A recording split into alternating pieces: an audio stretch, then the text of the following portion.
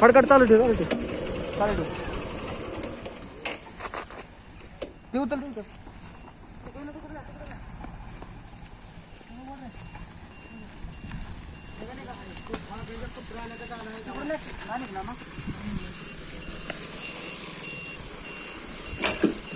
बाहेर बाहेर बाहेर बाहेर लागलंय का लागलंय का सर पडत नाही नाही ती आता येते आमच्या तोंडात शिव्या